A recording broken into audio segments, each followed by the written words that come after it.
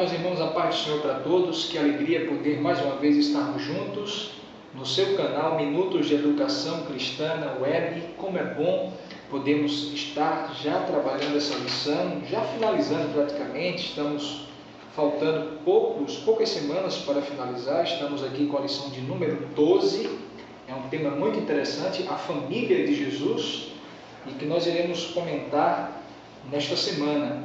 Eu quero também indicar um livro muito interessante para quem é professor de escola dominical, para quem ministra a palavra de Deus. Esse livro aqui, Minutos de Motivação para Professores. Esse livro, ele é um livro que traz algumas dicas interessantes para você que é professor de escola dominical, para você que gosta de ensinar a palavra de Deus. Se você puder adquirir, pode adquirir nas melhores livrarias evangélicas para a sua edificação. Então, que você possa meditar nessa oportunidade de você poder crescer através do ensino da palavra de Deus e de homens de Deus que têm ministrado e ensinado durante um bom tempo. Muito bem, a nossa lição ela tem como textual o seguinte, Provérbios, capítulo de número 24, versículo 3, que diz: com a sabedoria se edifica a casa, e com a inteligência ela se firma. Vamos falar um pouco sobre a família de Jesus na lição dessa semana. Em primeiro lugar, temos alguns objetivos aqui para tratarmos. O primeiro objetivo é enaltecer os valores de José e Maria como exemplo de jovens comprometidos com a vontade de Deus para as suas vidas.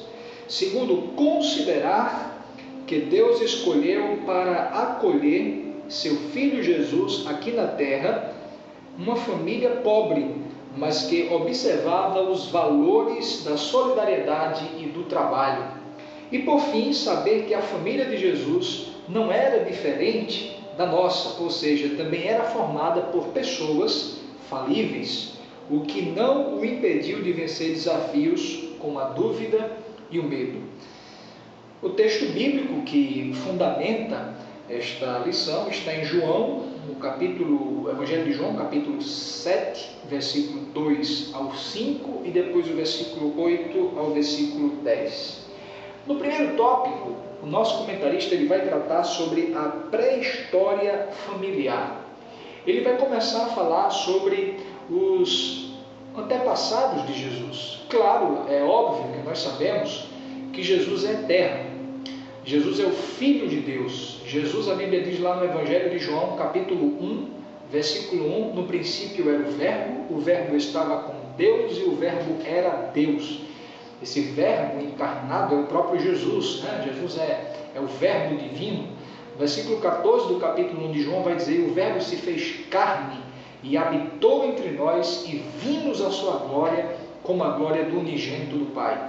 Então, obviamente, todos sabemos que Jesus é eterno. Jesus é o Filho de Deus, é a segunda pessoa da Trindade e ele, obviamente, não tem começo e nem tem fim.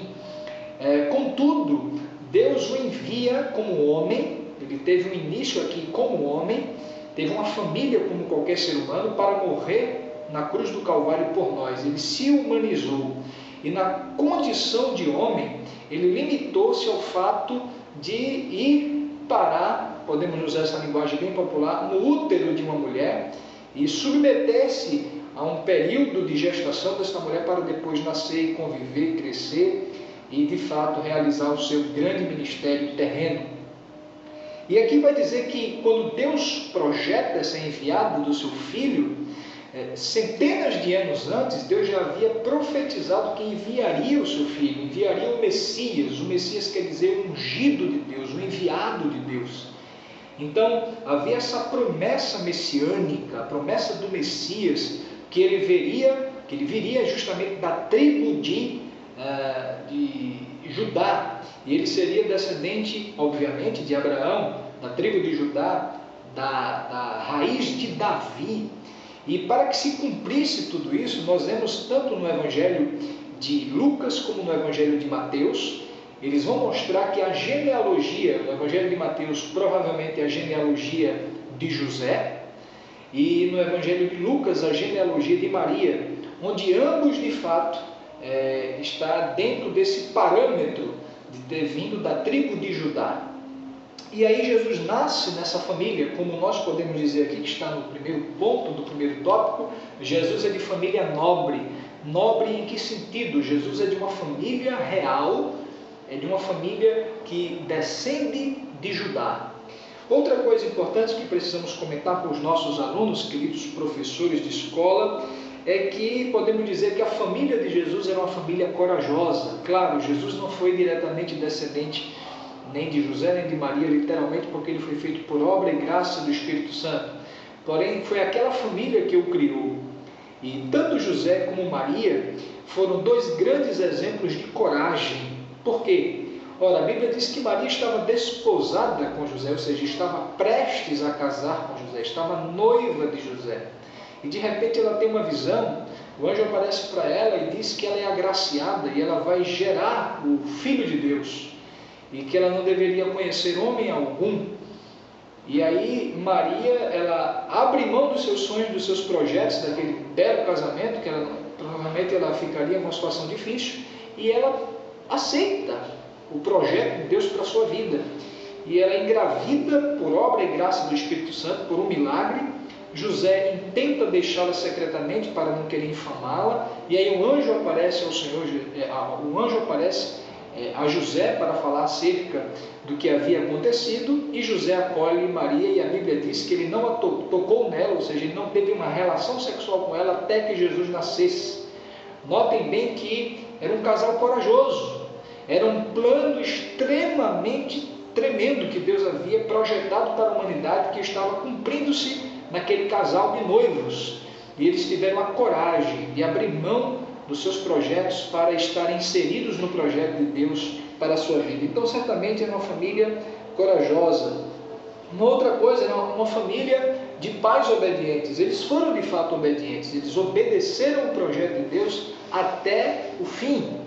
Claro que após o nascimento de Jesus, José pôde coabitar com Maria. Alguns dizem que Maria ela morreu virgem, mas a Bíblia não dá suporte para isso, porque o próprio texto aqui vai dizer que Jesus teve irmãos, né? E certamente irmãos e irmãs. Então certamente José coabitou com Maria, porque não havia nenhum problema quanto a isso após o nascimento de Jesus. E aí esta era a família, este era o casal que Deus escolhe para que pudessem cuidar de Jesus Cristo até que ele crescesse e desenvolvesse o seu ministério. Esse era o casal que de fato Deus havia colocado. Era um casal obediente, um casal corajoso e um casal de fato que estava dentro da linhagem messiânica. E aí a vida social desta família. Em primeiro lugar, uma família pobre. Apesar de serem descendentes de Judá, de uma família real, mas era uma família simples. Eles eram de Belém, da Judéia, e além de ser de Belém da Judéia, foram morar numa cidade extremamente pobre chamada Nazaré. Então era uma família que não tinha tantas condições. Quer ver um exemplo? Quando eles vão para o templo sacrificar, a Bíblia vai mostrar isso lá em Lucas, capítulo 2, versículo 21 ao 24. As famílias que eram pobres, não podiam levar animais de médio ou grande porte, eles levavam aves, animais pequenos, que não teriam custo tão alto. E é justamente o que Maria e José levam. Levam um par de aves para sacrificar. Isso demonstra, isso denota que Jesus nasce na contramão da ideia de muitas pessoas, numa família pobre, numa família simples, que era temente a Deus. Por isso que o fato de nós não termos boas ou tão grandes condições financeiras não implica dizer que não temos fé, não implica dizer que não estamos em comunhão com Deus. Amém? Em segundo lugar, nós vemos que o próprio Senhor Jesus, ele disse que o Filho do Homem não tinha de reclinar a cabeça, ou seja, era um homem que vivia uma vida financeiramente limitada. Em terceiro lugar, nós vemos aqui dentro desse contexto de que a vida social de Jesus com a sua família era uma família pobre, é o fato justamente de que muitas vezes eles faziam esse trabalho de respigar.